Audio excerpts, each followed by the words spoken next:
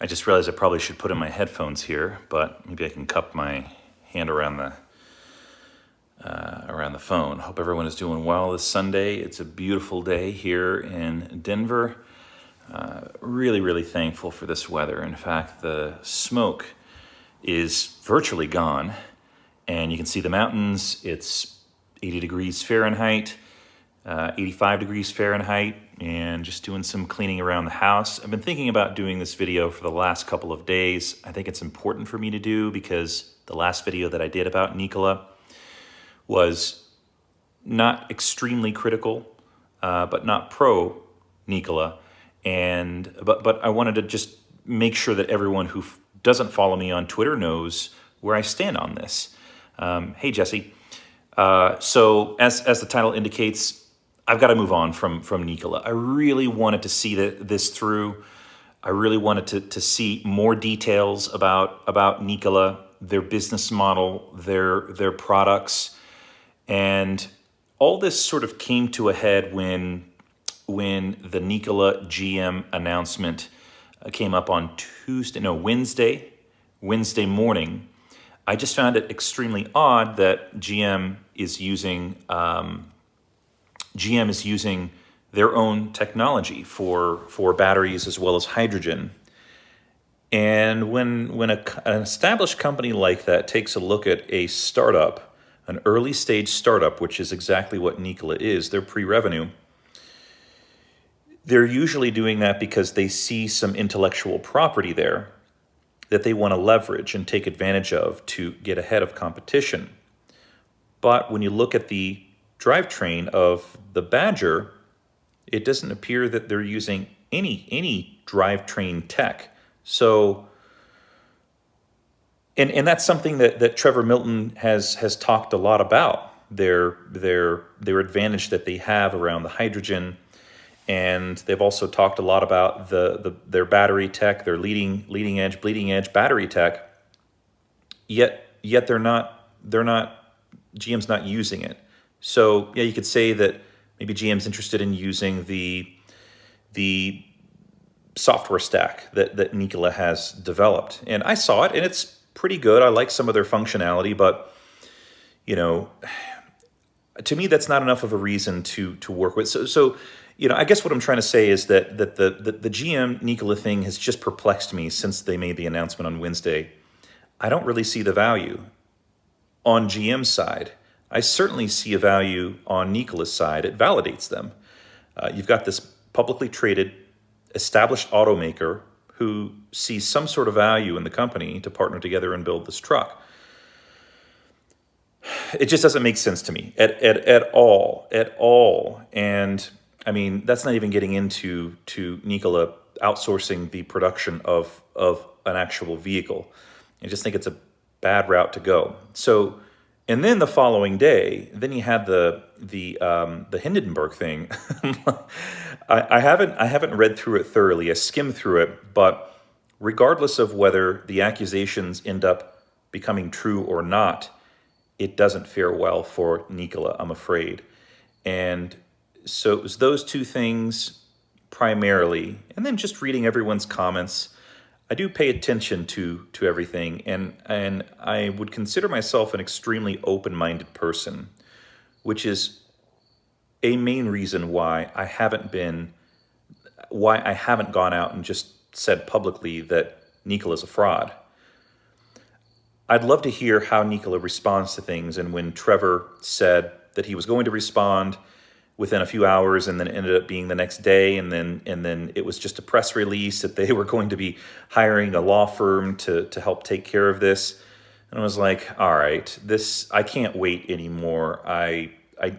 This would have been a perfect opportunity for Nikola to respond very specifically to each of the points, each of the criticisms that this website published, these accusations that they published. And it would have shed a lot of light on their business. And if it's a legitimate business, it would have helped me certainly have more confidence in what they're doing. But at the moment, I don't see a very convincing business model. They have no revenue coming in except for except for Trevor buying the solar panels for his personal house. And so there's just way too many questions for me to even be on the fence about Nikola. The people there were very friendly when I visited the company, the headquarters last month. They were extremely friendly, and if I just had met them on the street or at the bar or at a restaurant, I would have enjoyed talking to them. Trevor's a very enjoyable person to talk to, but I can't base my support on future expectations of the company. So this doesn't mean that I hate them. And if somehow they're able to respond with data and proof that, some of these accusations are not true, great. I'm going to come back and I'm going to be a little bit more open-minded, but at the moment, I just can't. I just can't. And with the accusations and rumors swirling that they're fraudulent, I just can't do it. I can't do it, and I will continue to have an open mind, but I'm sort of walking back from my slight optimism about the company. As I said, I was never pro Nikola, but after visiting their company, I was a little bit more optimistic about where they were headed. So that's where I stand. Some of you may have seen an interview that I did earlier this week on another channel where I mentioned that I bought 5 shares. I have divested in those shares at a loss. So that was never about making money for me. It was more about investing into a company as a way for me to closely follow what's going on. And I do that with lots of different companies. And if I like what I see, and I like the growth that's going on, or I like the long-term story, then I'll go in and invest more money into the company. But a 5-share investment, I was prepared to lose all of it, and so my tolerance was pretty high. But I wanted to update everyone. I wanted to be on the record. I don't have a lot of time today. I've got a lot of stuff going on the personal side. I'd love to do a more in-depth video about my opinions about the GM Nikola thing, because it just doesn't make any sense to me.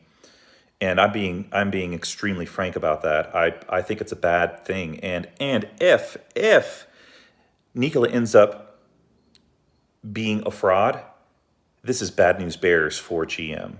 And I think that this would be something that Mary Barra would get fired over, because they're a massive company and they should have done their due diligence with Nikola. And so if somehow Nikola ends up being a fraud, and Trevor oversold the company and lied about their capabilities and their technology, it's not going to be good for GM. So there's going to be a lot of executives that will lose their heads. So it was one of the reasons why I sort of wrestled back and forth with the Nikola thing. I thought, well, you've got some large companies who are buying in, who are making commitments to associate themselves with Nikola, Anheuser-Busch, GM, and some others, Iveco as well, Bosch. These are large companies, and so the probability of Nikola fleecing these large companies just to me seems really low, but I guess it's possible. I know a lot of people use the example of Theranos. So we'll see. I'm really curious to read a response from Nikola and how they do it, and I really hope that they show data logs, they show video, they show photos.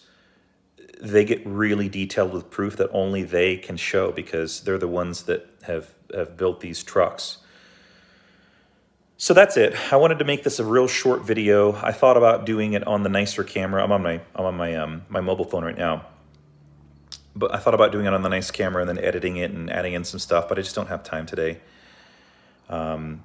So I hope everyone is doing great, and I'm sorry for those who got frustrated at me for not being a little bit more decisive earlier on. And I know some of you probably left the channel unsubscribed, which I understand. I try and approach every company with a very open mind, and I try and look at every angle. And that's what you get here with this channel. It's not just a Tesla channel.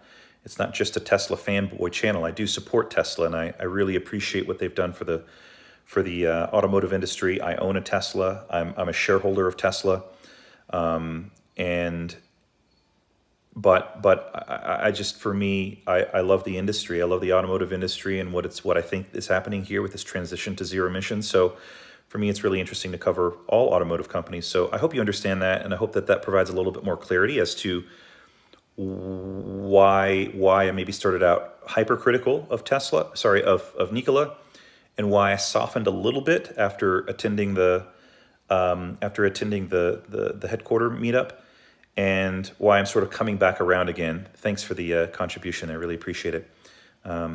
If I missed a question from you, I'm happy to field it. It just looks like a contribution. So it's been a hot minute since I've done a live video. I've been so busy, and I apologize. I should have some more time here, I think. Real estate's just been very demanding lately, and I promise it's not because Nikola had me sign an NDA and I can't talk about it. Like, people were saying, well, why does it take 3 weeks to get out a Nikola video? It's because I'm working my day job, which is the thing that helps me take care of myself and my family. So I hope everyone understands. I hope this provides some clarity. I love you all very much. Thank you for subscribing. Thank you for tuning in to what I have to say. Really, there's not a day that goes by that I don't sit amazed that you all care about what I think. It's super humbling to me, really, really. So thank you. Have a wonderful Sunday. Have a wonderful rest of the weekend, and I'll catch everyone on the next video, which hopefully should be tomorrow. So talk to you soon.